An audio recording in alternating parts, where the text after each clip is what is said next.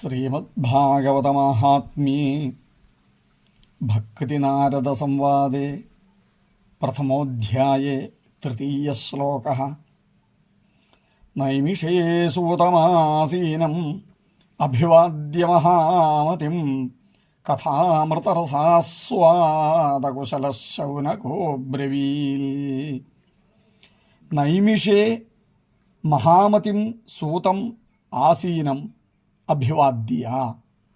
నైమిషారణ్యములో మహాబుద్ధిమంతుడైన సూత మహర్షి వచ్చినారు. ఆ మహామునిని అభివాద్యము చేసి స్వాగతము పలికి కూర్చోపెట్టి కథామృత రసాస్వాదకుశల శౌనకో బ్రవీత్. కథామృత రసాస్వాద కుశల శౌనక, కథామృత రసాస్వాద కుశలుడైన ఆ ప్రత్యేక ఆ కథామృత రసం వినడానికి బుద్ధి కలిగిన ఆ ఇష్టం కలిగిన ఆ శౌనక మహర్షి ఈ విధంలో చెప్పారు. ఏమిటి?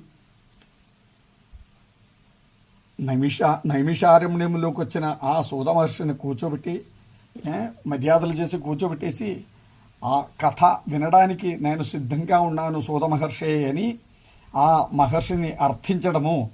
ఆ శౌనక మహర్షి ఆ కథ వినడానికి సిద్ధంగా ఉన్నట్టు చెప్తున్నారు. ఇక్కడ మనం తెలుసుకోవాల్సిన ముఖ్య విషయం ఏమిటంటే, వ్యాస మహర్షి ఎవరు, శుగబ్రహ్మర్షి ఎవరు, సూత మహర్షి ఎవరు, శౌన మహర్షి ఎవరు అని మనం ఫస్ట్ తెలుసుకోవాలి. ఎందుకంటే అక్కడక్కడ శ్రీ శుగవాచ, సూతవాచ, శౌనకవాచ అని మాటలు వస్తున్నప్పుడు అది ఎవరెవరు అని తెలుసుకోవాలి. వ్యాస మహర్షి అంటే పరాశర మహర్షికి మత్స్యగంధిలో పుట్టిన సంతానం వ్యాస మహర్షి. వ్యాస మహర్షికి వాతిగా అనే పత్నిలో భార్యలో జనించిన బిడ్డ శ్రీ శుగబ్రహ్మర్షి. సూత మహర్షి ఎవరు అంటే వ్యాస మహర్షి శిష్యులో ప్రధాన శిష్యుడు.